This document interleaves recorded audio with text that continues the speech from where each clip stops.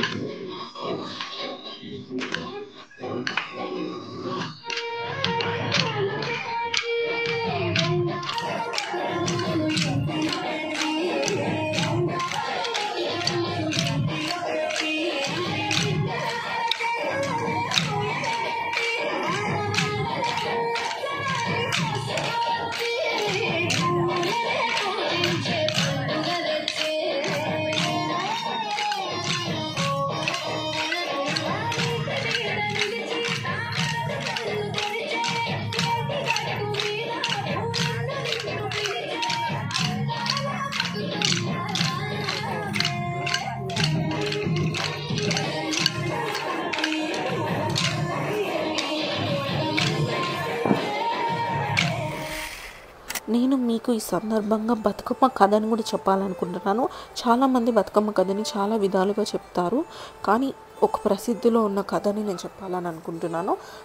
పూర్వకాలంలో ధర్మాంగుడు అనే రాజు ఉండేవాడు. తన భార్య సత్యవతి. వాళ్ళిద్దరికీ 100 మంది మగ సంతానం ఉండేవారు. ఆ 100 మంది సంతానం ఒక యుద్ధంలో శత్రువుల చేత చంపబడతారు. ఈ దంపతులు ఆ బాధలో ఉన్నదంతా దానం చేసేసి ఒక అడవిలో వెళ్ళి తపస్సు చేస్తూ ఉండగా శ్రీ మహాలక్ష్మి ప్రత్యక్షమయ్యి ఒక వరం కోరుకోమంటుంది. అప్పుడు వీళ్ళిద్దరూ మాకు సంతానం కోల్పోయి బాధలో ఉన్నాము కాబట్టి మాకు నువ్వే సంతానంగా రావాలి అని కోరుకుంటే 1 సంవత్సరం తర్వాత వాళ్ళకి అమ్మవారే పుడుతుంది. ఆ అడవిలో ఉన్న మునులు ఋషులు అందరూ వచ్చి తనకి అప్పుడు బ్రతుకమ్మ అని పేరు పెడతారు. బతుకమ్మ అని పేరు పెట్టి దీవించి వెళ్తారు. తను పెరిగి పెద్దయ్యాక చిత్రాంగుడు అనే రాజు రూపంలో శ్రీ మహావిష్ణువుని పెళ్లి చేసుకుంటుంది. ఇంకా ఆ రాజ్యంలో సుఖ సంతోషాలు సౌభాగ్యాలతో ఆనందంగా ఉంటారు అందరూ.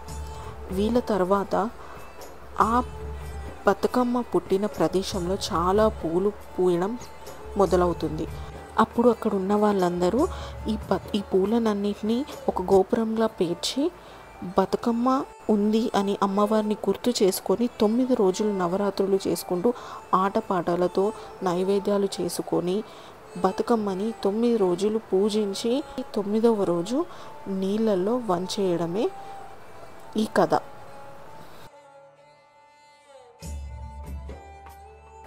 బతుకమ్మ నెక్స్ట్ డేనే దసరా వస్తుంది. చాలామంది విజయదశమి అని కూడా పిలుస్తారు. దసరా రోజు అసలు ధ్రువాంష్కి చాలా ఫీవర్ వచ్చింది. బట్ వాళ్ళ స్ట్రీట్లోకి అమ్మవారిని తీసుకొని వచ్చారు కాబట్టి పూజ చేస్తుంటే చూస్తున్నాడు. 9 రోజులు అమ్మవారిని వీధిలో పెట్టి ఇప్పుడు ఊరేగింపుగా నిమజ్జనం చేయడానికి తీసుకెళ్తున్నారు. సో అదే ఇక్కడ జరుగుతుంది. అసలు దసరా ఎందుకు చేసుకుంటారంటే మహాభారతం ప్రకారం అయితే పాండవులు వనవాసం చేసి వనవాసం ముగించుకొని ఆయుధాలని జమ్మి చెట్టుపై నుంచి తీసుకొని వస్తుండగా వచ్చారని చెప్పేసి దసరా చేసుకుంటారు, విజయదశమి చేసుకుంటారు అని అంటారు. సో అందుకనే జమ్మి చెట్టుని కూడా ఆ రోజు పూజించుతారు. ఆ జమ్మాకులను కూడా మనతో పెట్టుకుంటాం. జమ్మాకులను కూడా బంగారం అని పిలుస్తాం. రామాయణం ప్రకారం అయితే రాముడు రావణాసుని దహించాడని చెప్పేసి కూడా అంటారు. అందుకే దసరా రోజు ప్రతి ప్రాంతంలో కూడా రావణాసుని కాలుస్తారు. సో అది మనం చేసుకోవడం ఏంటంటే రాముడు చంపాడని అనుకునే రావణాసుని మనం దహించడం అనేది ఎప్పటి నుంచో వస్తున్నది. సో అందుకోసమనే దసరా చేసుకుంటారని కూడా రామాయణం ప్రకారం అనుకునేది కూడా అందుకే.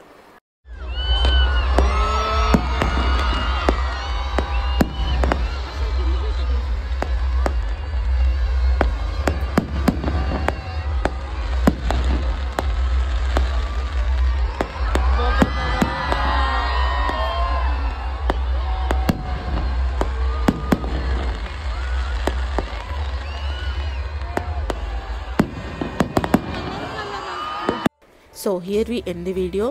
Thank you for watching the video. ఈ వీడియోతో ఎంతో కొంత ఇన్ఫర్మేషన్ మీరు తెలుసుకున్నారనుకుంటే వీడియోని మాత్రం లైక్ చేయండి, షేర్ చేయండి అండ్ కమెంట్స్ కూడా చేయండి. See you in the next vlogs. Bye bye.